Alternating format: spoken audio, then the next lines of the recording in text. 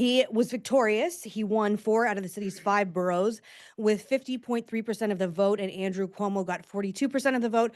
Curtis Sliwa got 7% of the vote. The New York City Board of Elections said the voter turnout hit 2 million ahead of polls closing, which is a milestone that has not been reached since the 1969 mayoral race. Can we please show, we're going to show 2 clips of his speech last night. Let's start with number 5, please.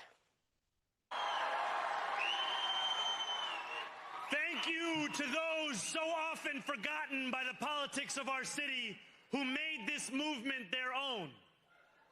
I speak of Yemeni bodega owners and Mexican abuelas, Senegalese taxi drivers and Uzbek nurses,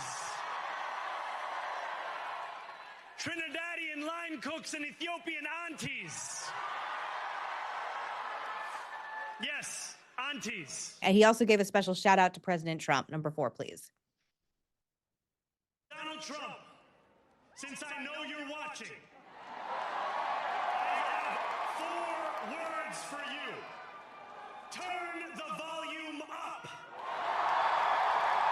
I found this speech bombastic, divisive, not like the happy warrior we have seen Mamdani on the campaign trail, who was always smiling, jovial. He said he would never say Andrew Cuomo's name again. I just found it more militant than I anticipated. That being said, I want to show a graph really quick, number 10 of the map of the New York City results. The blue is where, excuse me, where he won. The yellow is Cuomo. New York this is Mamdani country. They wanted this. They have this. This is what they chose. They chose a socialist. He got more than 1 million votes. Yeah, no, it's a royal, wholehearted defeat Yeah. of Cuomo and Sliwa. One thing that I also think is interesting, I want to show our friend Amber Duke's tweet, number 9. She said he obviously performed well among immigrants, but seemingly not the type he is talking about here. Exit polls show that Cuomo outperformed him with voters without a bachelor's degree and voters making less than $30,000 a year. Put the pieces together, and Mamdani won over the student debt class, not the working class. So I think this is a very important distinction. He actually ended up winning Black voters and white voters, but not Hispanic voters and not Asian voters, which is an interesting demographic shift for a lot of different reasons. And I still think Mamdani is for the I wouldn't say elite because it's not really elite, but people who have graduated college, people who have bachelor's degrees, who have student loan debt. A lot of the people who have moved, I talked to our friend Ryan Gordusky this morning, who's a New York native and was explaining the demographics in New York. A lot of like your most progressive classmates in middle school and high school, like the purpled hair progressive who loves socialism, they all moved to Bushwick. They all moved to Williamsburg.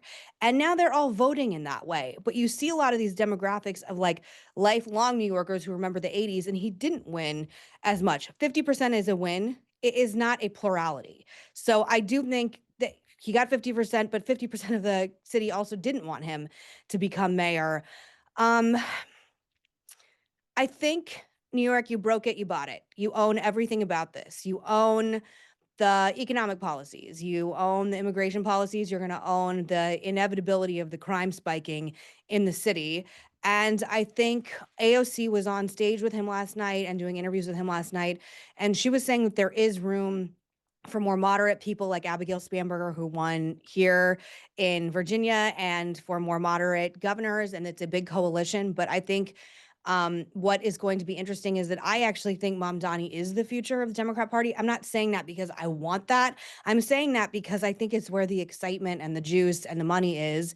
And honestly, I just feel really bad for people still living in New York City who can't afford to leave. I know that's some demographic. I left during 2020 and I would never go back. I went back 2 weeks ago for a speaking engagement and I hated being there even for 48 hours.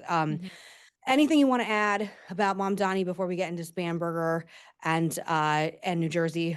I think you're spot on with this. I was watching election results through my social media, obviously, last night, just to kind of get a sense of it. And there were people who were posting it from LA who were in a bar. And when the announcement came through that Mamdani had won, the entire bar here in Los Angeles erupted in cheers like when the Dodgers won last week.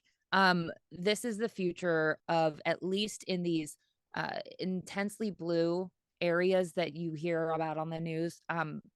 When Karen Bass's turn is up, I think we're going to probably see someone like this who's being groomed probably right now, to be set up for Agree. this. Another Bernie Sanders ish person in their 30s, maybe 40s, because LA is another huge, but not as compact or dense city as New York City. So it has to be someone who can handle it.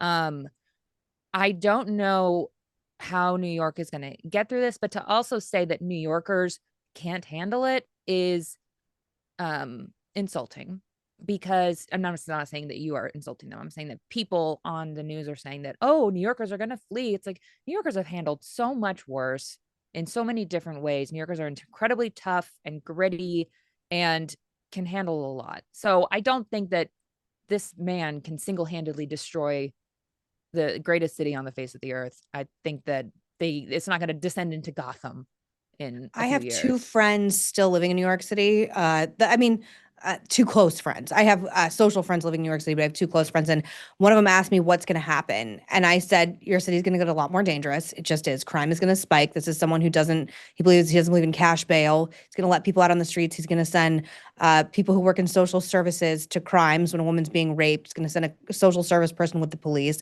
Police are not going to feel supported. This is a man who tweeted that they're, anti-queer and should be disbanded. I know he's run from it. I think you are who you are. I do not think you change who you innately are in that short of amount of time. That happened, I believe, in 2022. Taxes are going to spike for everybody making. I mean, he can say whatever he wants, but I think anybody making over 80 to 100 grand a year, you're going to start feeling it. I don't know about the grocery stores, but if that does happen, the quality of your produce and food is going to significantly decline. And I actually do think there are going to be a lot of people, whatever is left, are going to leave. Um, I wouldn't feel safe just as a conservative, like there, and I mean like a public person. I think it is going to be the mothership of progressivism in the United States of America. And again, if that's what you want, if you want all these things, go ahead. But it's Yeah. going to be very difficult for him to implement the kind of plans that he has put out. I mean, how are you going to do free childcare for everybody? And we have children. I'm not just leaving my child with a random person because it's for free. I mean, I just think there's a lot of things when you get down to it. And in his speech, which we showed, if I were him, I would have reached out to Jewish New Yorkers. I would have reached out to, I would have said for the independents, for the Republicans, for people that maybe didn't vote for me, I'm your mayor. New York City is a melting pot. He is doing nothing to reach out to anyone who has any skepticism of him. This morning on the morning meeting, Dan was saying, well, Trump started it. Well, yeah, Trump started it, but he ran as a different kind of candidate. And I came on here this morning saying we have to be gracious in defeat. We all don't have to be assholes when we lose or win. Oh, see, I Um, think that Mamdani is a very Trump-like figure for the left. He ran a very Totally MAGA-ish agree. campaign for the left.